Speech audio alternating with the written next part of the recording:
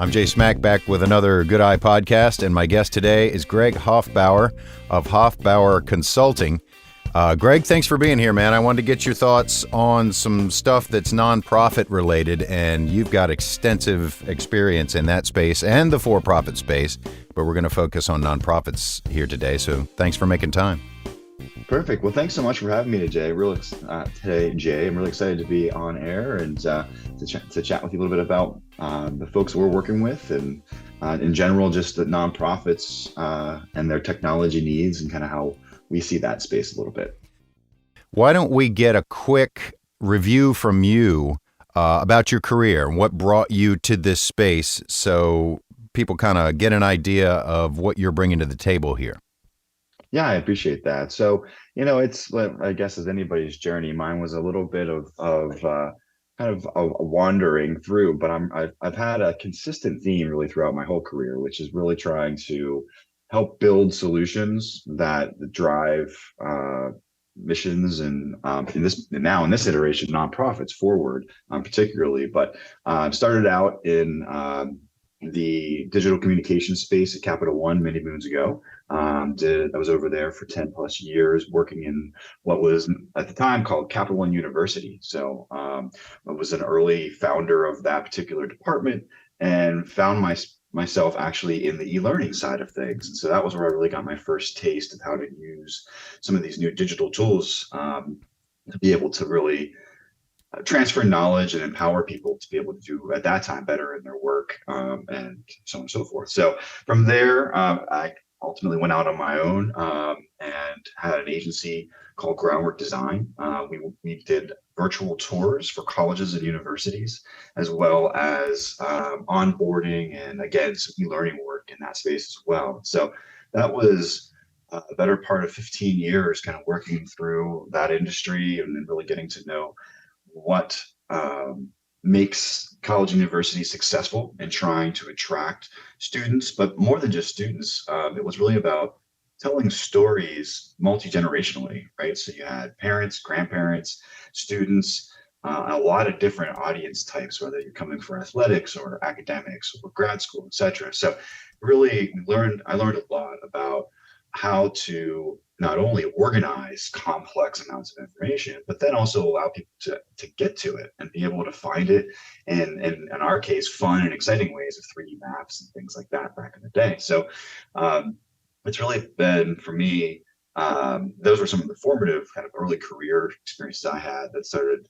to add up to where we are today. But ultimately was able to spend a little time Chamber of Commerce here in town. I was running the Small Business Development Center for 3 years and mentoring a lot of different organizations. And that's really where the marriage of what I'm doing today, my past experiences came to be, was really seeing a consistent theme, whether it was a smaller nonprofit or certainly a small business, that they had a hard time with understanding the real technologies that they needed, kind of the critical path forward or the phases that you might need as you grow or get started and then grow. And they oftentimes just didn't have a good guide. There's a lot of folks out there that are trying to take advantage of this group of people, and having, again, heard a lot of tragic stories from folks that had poorly invested in this or that and ultimately had them, lock them out or run off, or the website didn't work, or they never knew how to use it right, or whatever the case might be, or they've been, having email issues for, years or whatever. That was ultimately the impetus for launching Hofbauer Consulting. And so when we began, we were really focused on the small business community because it was what I had a lot of experience with, not only as an owner myself, but in that work with the chamber. But then we've really, at this point of the last 5 years, grown to now specifically and primarily working with nonprofits. It's been a fun evolution for the business itself, as well as for my own personal mission and goals to have found this niche and folks that really, really need it, and to be able to see the tangible results of getting the right, even the most basic technology in place can make such a world of difference, both for the staff the folks that this, of course, the mission is providing the work for, and everyone else involved. And so, do more with less, and that's what we set out to do. So it's kind of how I got to here today. But I'm excited to be doing what we're doing.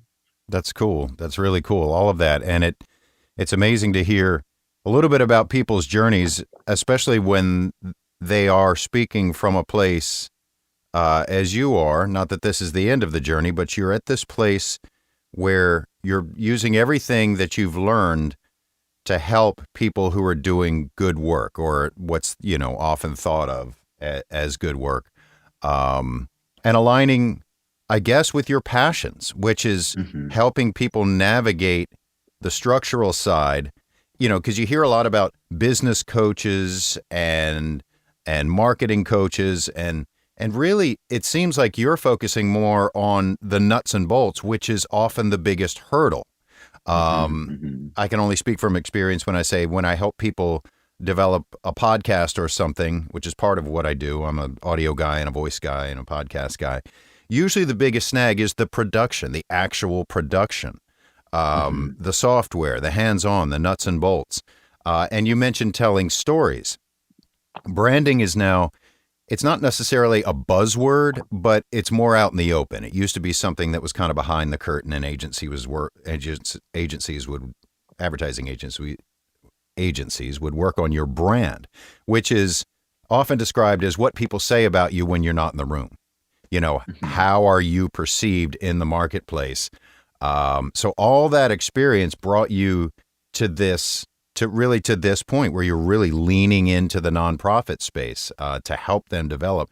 And as you said, explore some of the resources available to them. Um, Honestly, as cheaply as possible. Nothing is free. There's no free lunches, but as Hmm. cheaply as possible, because they don't have a bunch of money to waste. I mean, who does? But can you, um, as they're starting out, can you talk about some of the biggest mistakes that nonprofits make early on, or even down the line, that could save them a lot of headache and lead to not only more support from, say, volunteers, but maybe more donors? Hmm. Cart before the horse, possibly. What are some Sure. things you've seen that maybe nonprofits could avoid early on? Yeah, absolutely. I think one of the biggest areas that we often get called into is what I would consider, and this is a Greg term. I'm not sure that you'd find this out there, but essentially cul-de-sacing yourself with technology. And so what that means is, when you're getting started, it's natural. You pull together what you can. Particularly if it's not your area and you don't know the technology that's available or even what you might need yet, you start to cobble together some odds and ends solutions. But um, not paying attention to those tools that you choose in the early days and how they can expand or be added onto can lead to a position where, as your needs become more sophisticated, which is, as you grow will, or even as you work to serve more people, um, and work with more people, your needs are going to change. And having a system in place, particularly if you're talking about financing, finance like accounting and pieces like that. If you're talking about transaction processing, like when you're running credit cards for donations, or doing your kind of inbound work there, or websites, really kind of your core technology, even your email system. If you're not careful, if you really choose like a really free or super simple off the shelf product that's not the right solution, you might miss out on a lot of great tools like Google offers for alongside and included with their email service that can help with other productivity. But you really might reach a point in which you cannot extend it and make the software do what you need it to do. And so, really taking a good look at, not only can this thing do what I need it to do right now, does it check the boxes that are most critical, but is there opportunity to add modules or expand it in the future? You may not know exactly what the modules are that you need, and that's perfectly understandable. And we're always here to help talk through that. But even just asking the questions of the vendors of, can this be extended? What things does this connect to? Can this connect to my accounting system? Can can you use different payment processors if down the road get a cheaper rate from someone else, something like that. So that's a big one, and oftentimes we're called in to essentially rescue and rebuild. They've reached a point with a system they can no longer move forward, and now we're helping them come up with that newer solution that can be then expanded on even further down the road. But and that can be really costly, not only from the actual build out. Of course, we do our best to find the most cost effective ways forward, but also in terms of staff retraining and volunteer retraining. If the forms look different or they show up somewhere else on the website than they used to, or they need to create a new login to go somewhere else. All of this is now someone's going to have to manage that communication process and manage the training of it and the rollout. So it's not to be underestimated, and can be such a hindrance that people will limp along with the wrong software tools for far too long, because changing to something else can be a pain. So that's a really big one, and it's hard to know what you don't know, but also taking a little while just to ask a couple of those future proofing questions, so you don't get stuck, I think is a really, really important one. And I would say just looking at your website, if they're not sure what they need, nonprofits, especially new ones, or maybe ones that are going through some growing pains, just looking at your website at some of the items you help with really jog the mind into thinking, oh, okay, I really need to have some long thinking focus here. I've got a plan on the next maybe 3 years to begin, and then a 5-year, maybe a 10-year plan. And I'm talking about specific things you have experience with, like website development, e-commerce, donation platforms, e-learning, which you've mentioned, event calendar, ticketing system, online directories, membership portals. All of these things are tools and resources that nonprofits can use and probably should use, not just to help grow, but to facilitate more of the work they do without going back and, chasing their tail. And specifically, I wanted to land on e-learning a little bit. How is the explosion of, say, e-learning and other forms of support tech, whether it is calendars and appointments or ticketing systems or membership portals, how has that been beneficial to nonprofits? And have you seen the explosion of those types of tech contribute to the development of more nonprofits? It seems like people are starting nonprofits all the time. Is that because it's easier, or are there just more causes, or are we at some sort of awakening point where we want to do more good, or is it a combination of them? There's certainly some great questions. So let me see if I can back out through the list you had there. I think, in terms of, one thing I did want to mention before we jump in here on the topic of this road mapping you mentioned, 2 years, 3 years, 5 years, 10 years. It's not to be intimidated. What we really try to help folks think about is phases. You'll hear me use that a lot, probably through this podcast, but you do want to recognize there will be future phases, and again, future proofing, kind of making sure your platforms can grow, but you don't have to build your 10-year system out of the gate. It can be starting with the critical path, and just make sure you can add to it. So think things like modular, where you start with just the bare bones, what you need, and then you add pieces to it as your needs grow and change, maybe remove things if you don't need them anymore, etc. So oftentimes folks are almost paralyzed by that bigger vision, but I would say don't worry, don't see it as building a 10-year foolproof platform, but rather building something that you can add to over 10 years and have it keep evolving for you as your needs grow. So, but back to the e-learning piece, specifically, there's a little bit of different lanes there, right? So with e-learning particularly, that is something that we're certainly seeing an uptick. There's a lot more interest in video content just in general across the market. No surprises there. We're seeing it explode on all the social media platforms, etc. But being able to really monetize your knowledge through that is relatively new. We've in the last decade, we've seen YouTube explode and stars and that sort of thing. In that regard, using it as an education platform and a way to really able to spread mission work, I think is still a relatively new concept, and one that we're finding we're having to help a lot of our nonprofits that are interested in that navigate really for the first time. Some of our folks had gotten onto it even before the pandemic, and now they're well out ahead of the curve, doing really, really successful work, reaching thousands of more people with their message and the knowledge they're trying to teach folks, and than they were ever before. And certainly now with the pandemic that we went through, they may not have even been able to really deliver their message or their mission at all, or in some cases, because of the schools closing and things like that, that having their work online allowed them to persist and even grow what they were doing by a lot.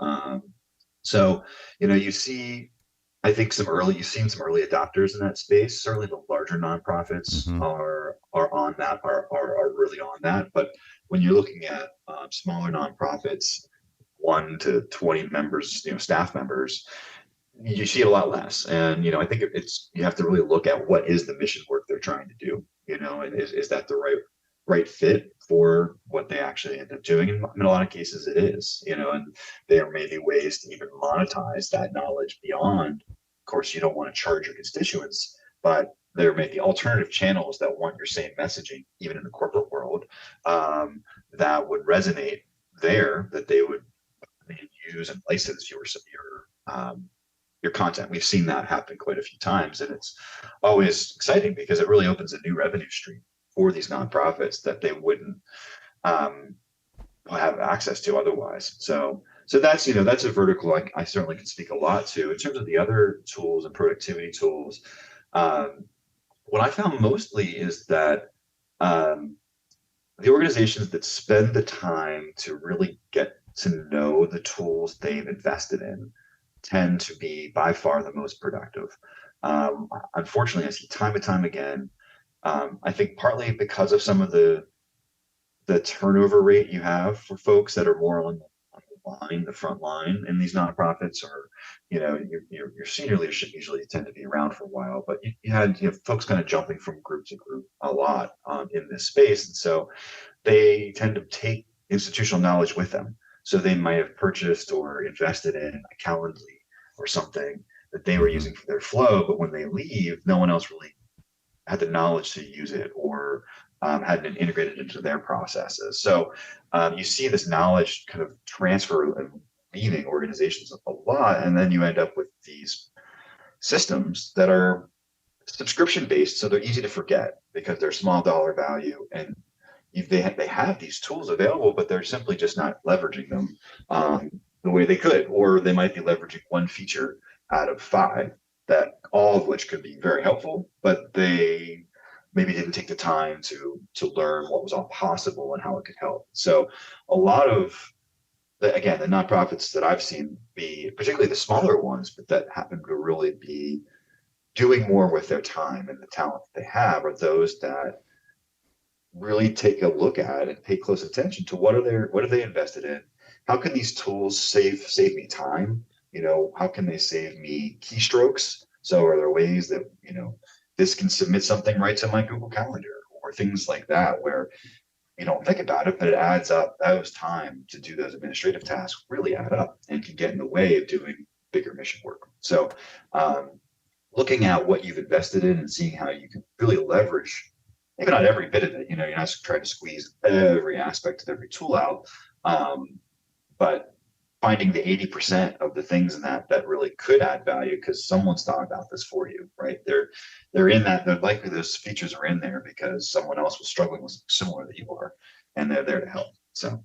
Yeah, interesting. You touched on a lot there. And one of the things you said was really get to know the tools you do use, which can also save you money. If you've got 15 different subscriptions in a G Suite and you're not using 12 of them, maybe that level of subscription is a waste of money for you. I mean, really lean into the tools you have and then allow yourself to grow. But specifically about e-learning, and we keep going back to this, but you mentioned it as a potential for revenue. Sort of elaborate on that a little bit and maybe explain a little bit what e-learning is, and how nonprofits can use it to their benefit. And you've sort of also referenced a question I had for later. under that umbrella, which is how do nonprofits get creative about fundraising? And I brought Mhm. that up, or want to bring that up, because of COVID. Everybody thinks, okay, COVID hit, all events are off, and people think nonprofit fundraising. They usually think a walk or an event or something like that. Well, we'll have an event. We'll charge so much per head, et cetera, et cetera. That's not the only way to fundraise. So talk about Mhm. the e-learning potential for fundraising a little bit, and maybe how some organizations had to pivot during COVID because people couldn't get together and go to events. Absolutely. Yeah. I mean, it certainly changed a lot of folks' approach, right?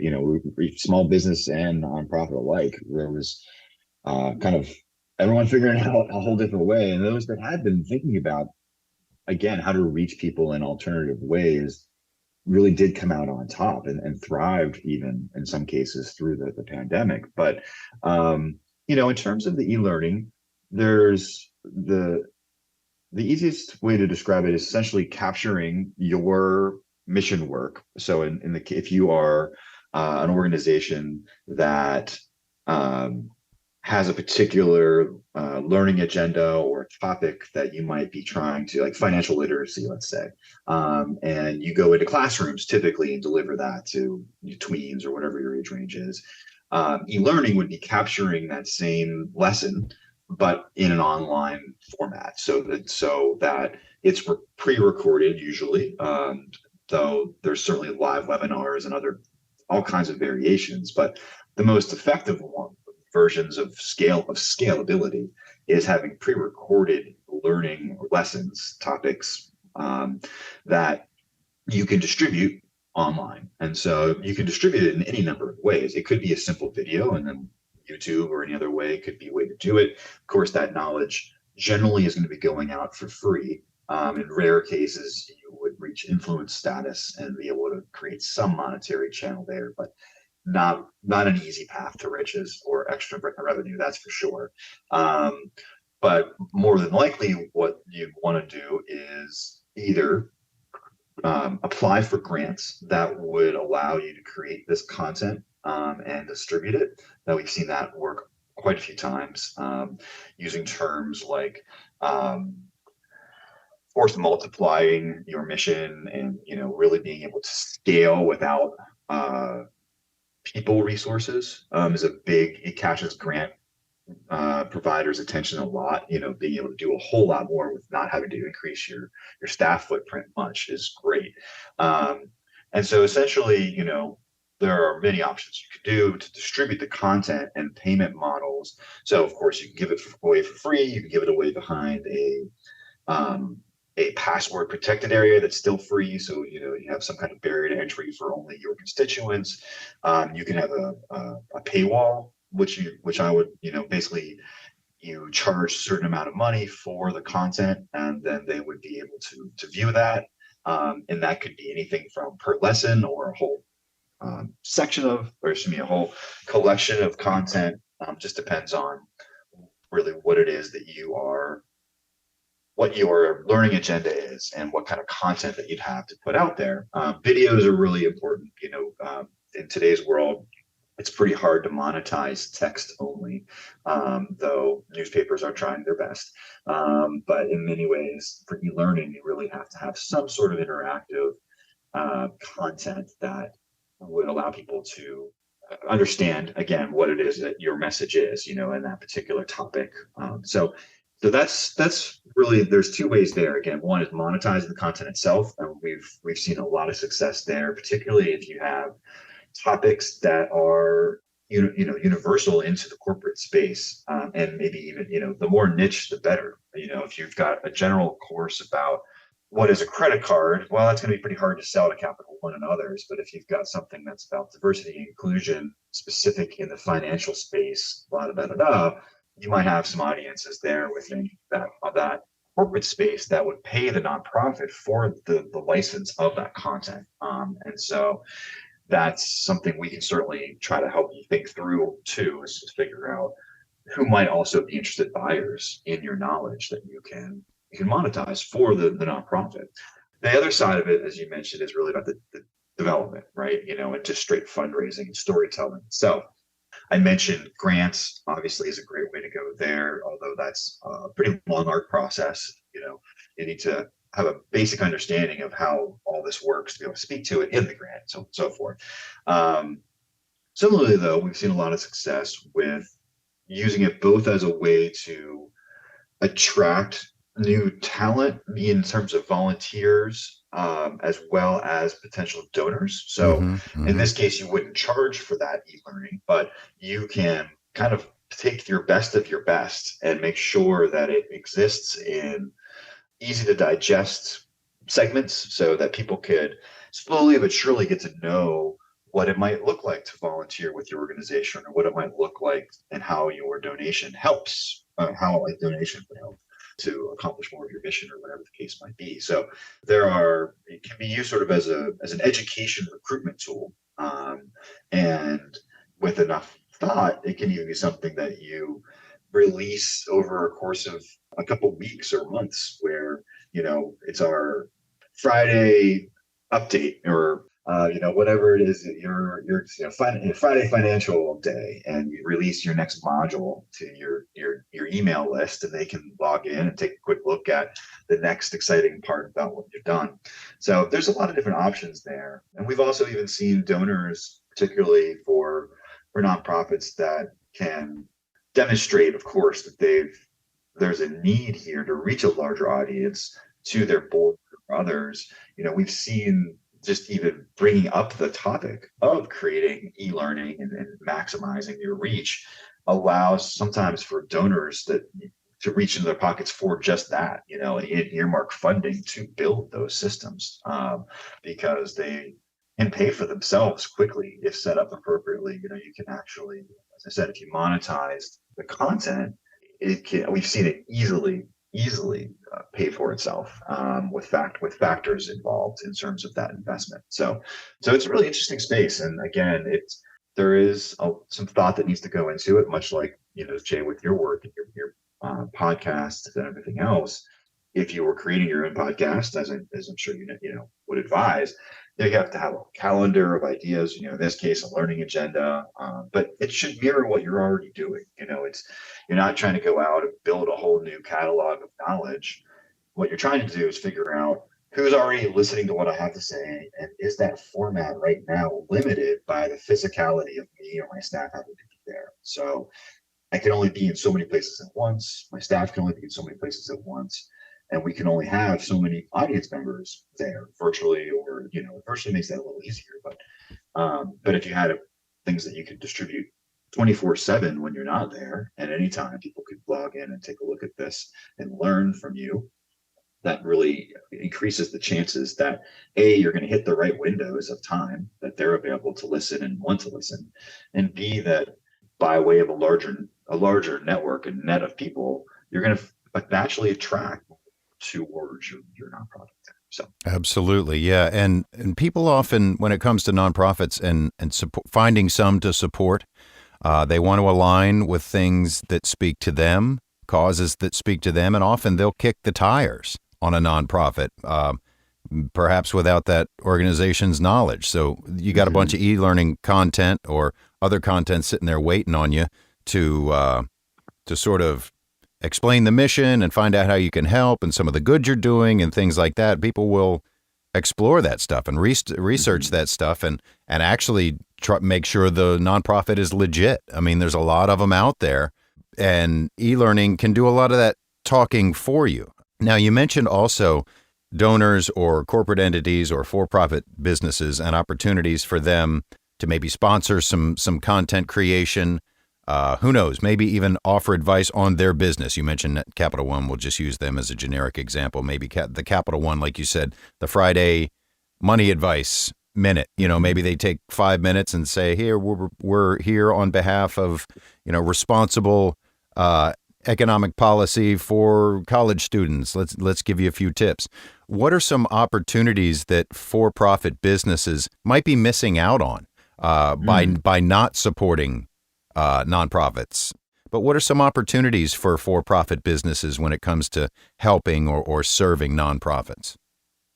Yeah, absolutely. I think there really is such a close alignment there, because companies are people, right? So, there's this entity certainly has missions that it has to hold to. And the larger it is, the more they tend to have focus on particular financial goals in the philanthropy space, et cetera. But at the end of the day, particularly for smaller businesses, it's the people behind those businesses that are the ones that will align to these nonprofits. And oftentimes you'll see, of course, founders like myself and others will gravitate, of course, to the nonprofits that we might spend and volunteer our time with. Of course, we work with a lot of different groups, but that I might spend my Saturdays working with, on my own time, gravitate towards, of course, those missions that you are most closely aligned to.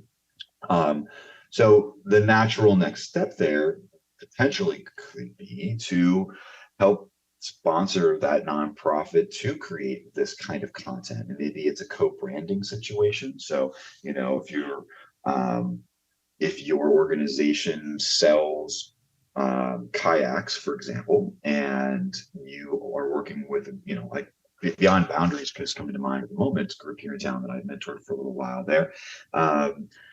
They connect those that have challenges getting out, typically in nature, to opportunities. And so there could be some really interesting opportunities there to co-brand a podcast or an e-learning or something to that effect, that of course your kayaks might be featured, right? But it would be about how they are allowing those that have physical or mental challenges to actually access the water, or that joy. So I think there's interesting creative ways. Certainly, of course, money is the most effective, right? So there's donations, but there's also, of course, they themselves, if the company hosts the e-learning, let's say they build the content and have the nonprofit in, that would be gold, certainly, for social media and other sorts of avenues to be able to say, hey, every Friday we're going to feature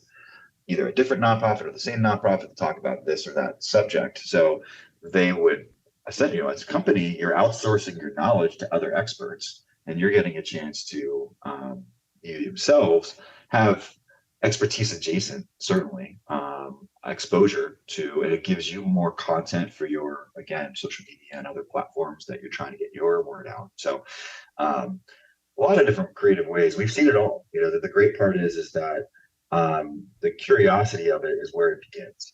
So how can I help, or how can I connect, or how can I get my knowledge from my nonprofit, not from a marketing standpoint, but a true delivery, getting more information out there through technology, and really just not being scared of it at the end of the day. And there's a lot of missteps that can be made, which is understandably where some of the fear stems from, and people often might even have some baggage from being burned in the past. But finding the right partners, and there are, even in our region, there are many that I would recommend, ourselves, and that we bring in as well when we have specific problems that we want to help solve that are a little outside of our area of expertise.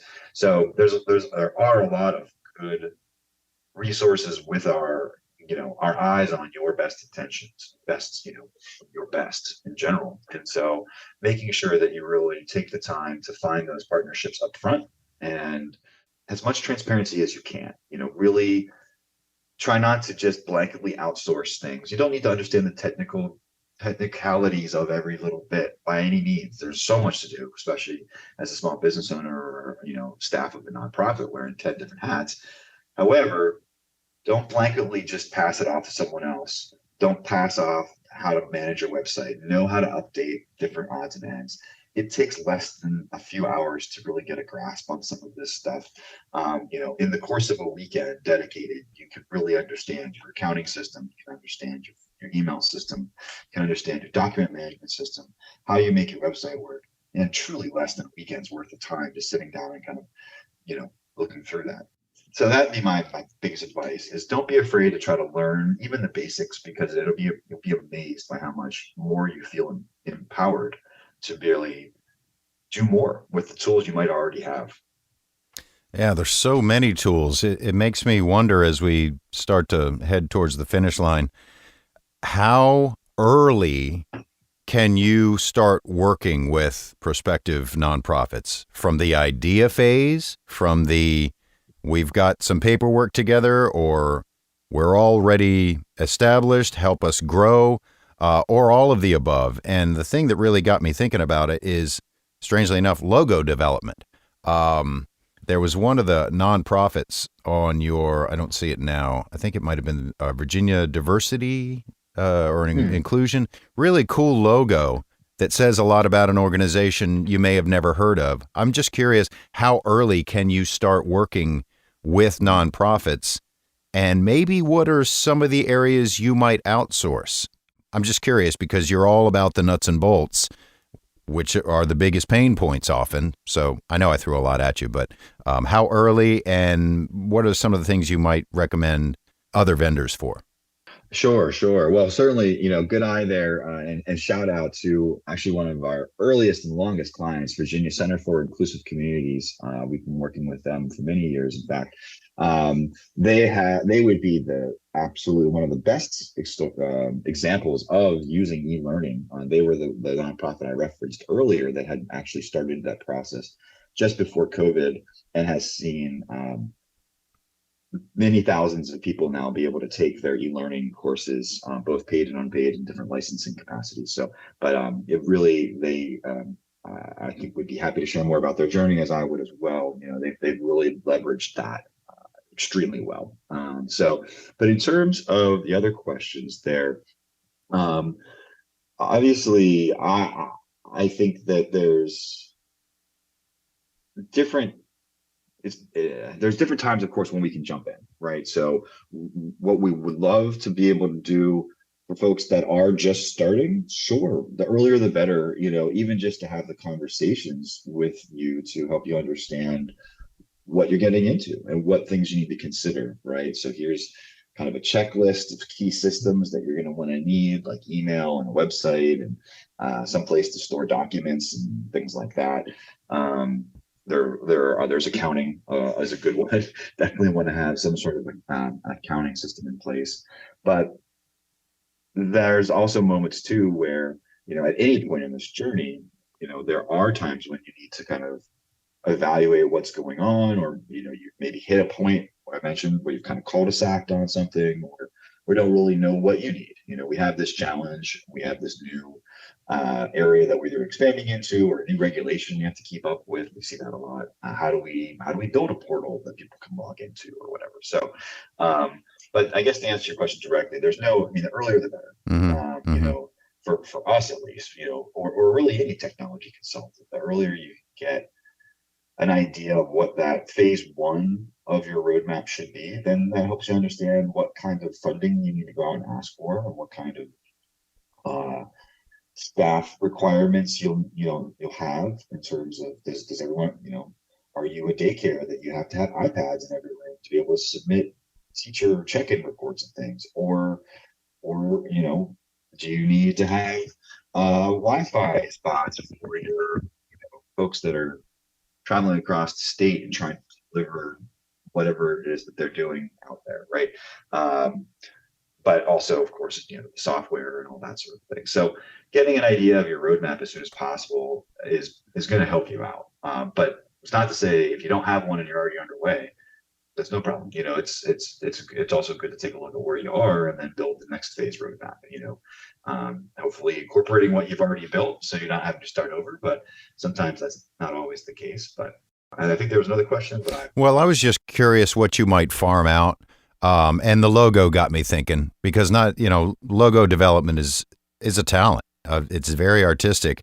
It has to say a lot while quite literally saying nothing at all. I'm just curious if there's any areas you might recommend where you might say I've got a great outfit for this. We don't handle that, but I've got a great vendor of my own.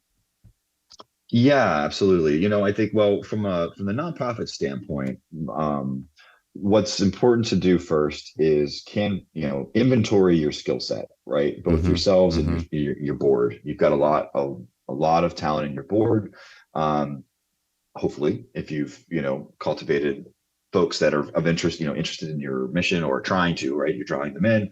Especially early board members are usually enthusiastic. Certainly, if you want to set the tone, if you're a brand new nonprofit, that you have a working board, right? So that's a term for a whole different podcast, but that's a culture that you really want to instill. And if that's the case, then of course you want to leverage as much talent as you have on that board up front. So you're saving yourself resources there in terms of cash and other sorts of financial outlay. But if that's not an option, right? If you don't have the talent in house to do graphic design, for example, which is certainly a skill, a specific skill, or web design, or web management, or accounting and finance, right? So these are some of the skills you may want to look for in board or staff members. But if you don't find that, particularly logo design, you mentioned is very specific. That's absolutely something that I would recommend that you outsource.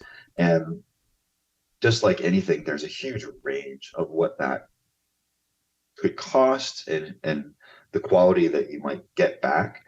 We have folks on our team that do logo design, and the packages are, we think, quite modest, but also certainly going to be north of what you're going to pay some of these online international services, right? So an Upwork, or there's others out there. Yeah. That Fiverr is Yeah. another one that comes to mind.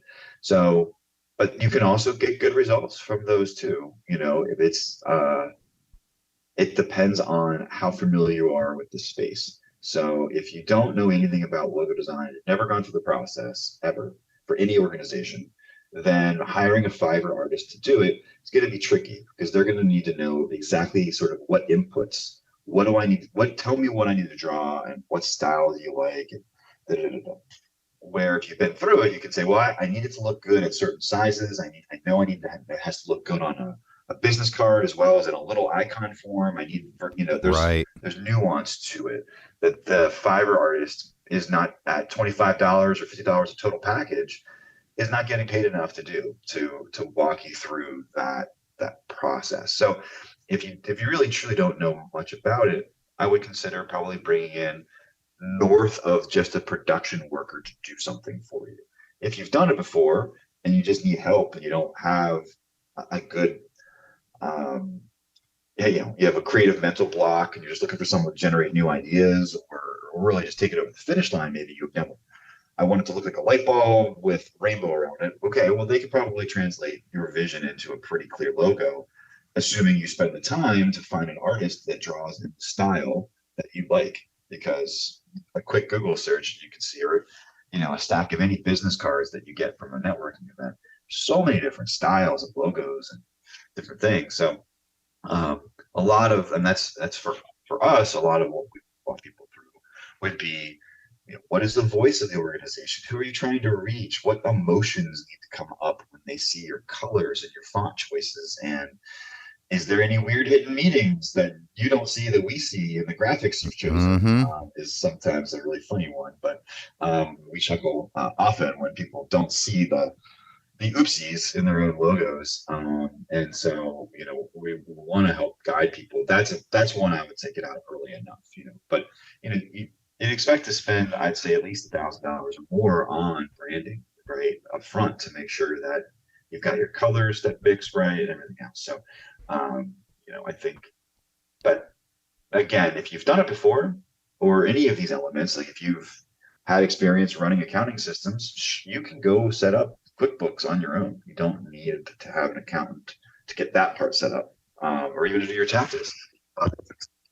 If you've never done it, I would highly, highly encourage you to have an accountant set up your QuickBooks account, or whatever it is you choose to use, because if it's wrong, there's major consequences down the road, not only from a time issue, but also legality in taxes and all this sort of stuff. So there are critical systems I would not trust to myself, right, unless I really deeply knew that thing. And that would be just something to consider.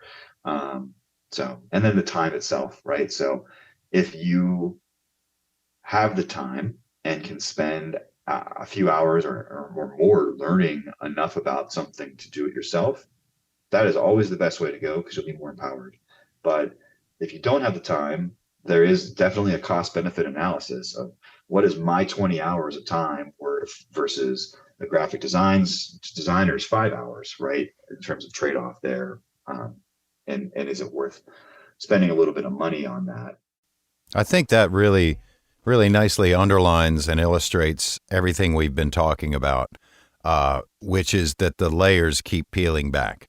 And that's not to say if you've got a passion for a cause, want to do some good in the world, maybe you're even in a job that you hate. I mean, that's going on a lot now, and people are leaving jobs to either do nonprofit work or serve or start a nonprofit. But it really illustrates that there's so many layers that can be pulled back, that you don't know what you don't know. And somebody like you who treats a nonprofit like a business, and that's another big mistake that a lot of nonprofits make, is they think, and I'm not speaking for them, and I'm not trying to be dismissive or patronizing. I'm just thinking, we've got this great idea. We're going to start serving the community.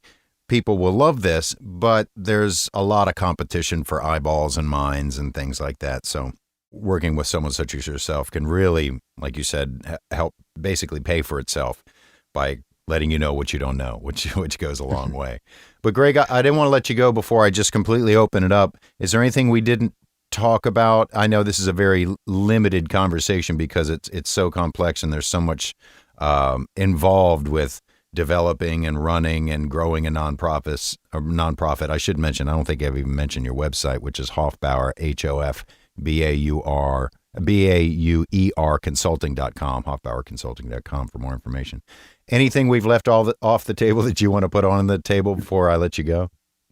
No, I appreciate it, Jay. I think the last point you were making there, just to put a bow on it, around really running your nonprofit like a for-profit business, is something that is unfortunately overlooked, particularly by new founders of anything, right? So if you're a startup founder or you're, a new founder of a nonprofit, it's pretty easy, and I've been guilty in some of my own adventures beginning of my career, get sort of sucked up into the, if I build it, they will come and it's going to work mentality, to not really realize so much of what has to really be in place and the village that it really does take to make whatever it is you're working on take flight. So just that's I think a really good point you made there, particularly for those that are considering founding their own nonprofit, is there's a lot to it, and that's okay. There's a lot of people that are out here that want to help, but definitely know that approaching it like an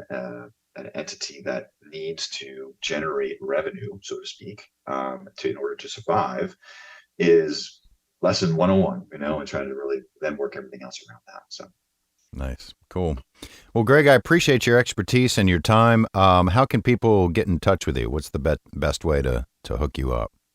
Perfect. Well, as you mentioned, the website is Hofbauer Consulting, Hofbauer Consulting.com. My email is greg@hofbauerconsulting.com. Reach out directly. And that's going to be the best way to get in touch. Right through our website, you can actually schedule directly onto my calendar. So speaking of using my own tools to help eliminate some of my own back and forth, you can immediately see what my availability is for the upcoming weeks and schedule right through the website. So I encourage you to do that. Would love to I call it brainstorming, to learn more about what pain points that you might have and how we might be able to find that right phased path through and get you set up. So Jay, can't thank you enough. This was a real pleasure and always fun to talk with you. I look forward to continuing to see you on the Richmond scene here in various capacities. So thank you again for having me today. Yeah, man, my pleasure. Thank you. And I'd love to have you back to drill into some of these very specific topics. You bring up a lot, and I had some other ideas, but like you said, we could go for hours. Maybe we'll drill into some very specific things people can be doing or be aware of. And as I get more feedback, I'll reach back out and maybe you'd like to come back at some point. I would absolutely love that. Yeah, certainly let me know anytime. And again, thanks for having me today. Appreciate it. Thank you, Greg. Thanks again to Greg Hofbauer of Hofbauer Consulting for stopping by and talking a little bit about his approach to helping nonprofits as if they were businesses, which kind of goes without saying, is kind of what he was getting at the end there. You got to think about the bottom line in order to remain sustainable. But my name is Jay Smack, and you can reach me, jay@jaysmack.com, with any questions or suggestions or requests for bookings. This is merely a platform for positivity. It's out there for you to use. Do you have a cause? Do you have an endeavor? Do you have interesting thoughts about health, wellness, intellectual honesty, philosophy, any of that stuff? Any stuff that gets you thinking and doing some good in the world. Thanks again for listening. You can find all the details at goodeyepodcast.com. And until next time, thank you for your attention and intention.